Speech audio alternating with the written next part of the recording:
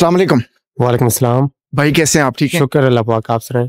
शुक्र अल्लाह का। अच्छा, हम गाड़ी से गुजर रहे थे, हम जी, रिकॉर्डिंग्स के लिए गए हुए थे मुख्तलिफ सेक्टर्स के अंदर, हमने रिकॉर्डिंग्स की। जी, रात 12 बजे से अबव हो चुके हैं जी, जी, और अभी आप डिलीवरी लेके यहाँ पे आए हैं सर्दी के मौसम में। जी, जी। तो मुश्किलात क्या-क्या आपके दरपेश आती हैं?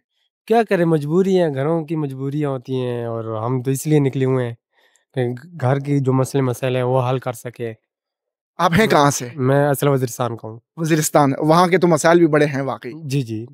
तो यहाँ कितने अरसे से आप इस्लामाबाद में काम कर रहे हैं? कम से कम मेरा 7वाँ साल है।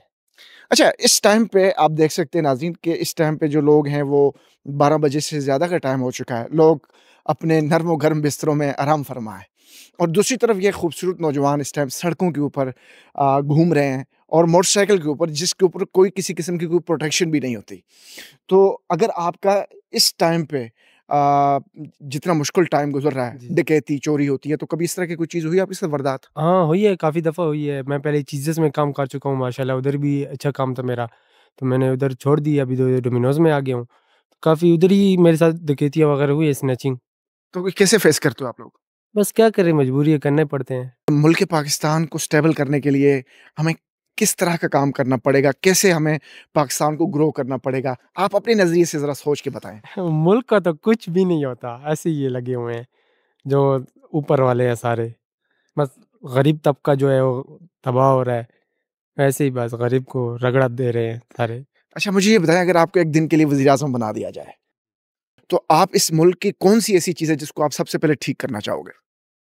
मैं क्या बताऊँ, इधर जो गरीब हैं उन लोगों के लिए अच्छा ही करना चाहूँगा। क्या अच्छाई करना चाहेंगे जो आप देखो फेस करते हो ना रोज़ की जी। बुनियादों पे? जी, जी। बस यही है, जो गरीब हैं वो गरीब रहे नहीं। अभी बड़े-बड़े लोग हैं, वज़ीर-ए-आज़म भी हैं, वज़ीर आला भी हैं, वो तो सारा कुछ खा के अपना पेट भर के सो जाते हैं। पीछे हम गरीबों की तो सोचते ही नहीं है। अभी जब मैं चीज़ेज़ में था तो मेरी 40,000 तनख्वाह थी। जब मैं डोमिनोज़ में आ गया हूँ मेरी 18,000 तनख्वाह है। ओह! तो कैसे 18,000 में आप ये पूरा करते हैं? बस क्या करें, मजबूरी है, लगे हुए हैं। ना होने से तो अच्छा ही है ना, अभी जाके मैं घर सो जाऊँ, मेरे पास तो कुछ नहीं है। तो कुछ ना होने से तो अच्छा ही है। मेरा अभी जाता हूँ गाँव, कम से कम मेरे आने-जाने का खर्चा जो है ना 10 से 15,000 किराया लगता है। जबकि गवर्नमेंट ने बाकायदा एक नोटिफ़िकेशन जारी किया कि 37 से नीचे कोई भी सैलरी नहीं नहीं, देगा। नहीं, वो तो दे रही है, पार्ट टाइम है, डोमिनेज़। अच्छा, जी, मुझे पार्ट टाइम के रखा है, ये है। अच्छा। चलें भाई, बहुत शुक्रिया, थैंक ठीक यू है, सो मच। Thank you.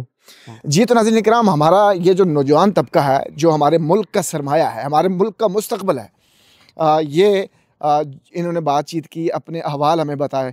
लेकिन एक चीज़ जो मैं पैगाम के तौर पे आप लोगों तक पहुँचाना चाहूँगा कि जब तक आप लोग खुद मेहनत नहीं करते, मैंने देखा है हट्टे-कट्टे नौजवान माँग रहे हैं और मैंने ये भी देखा है, इतने खूबसूरत नौजवान चोरी और डकैती में मुलव्वस हैं और इस तरह की वारदातें वो दिन दिहाड़े और रात में करते हैं। नाज़रीन, अपने आप को मुस्बत अंदाज़ के साथ ग्रो करें और इस मुल्क का, इस रियासत का नाम रोशन करें। नाज़रीन, इस वक़्त दीजिए इजाज़त, फिर मुलाकात होती है। अल्लाह हाफ़िज़।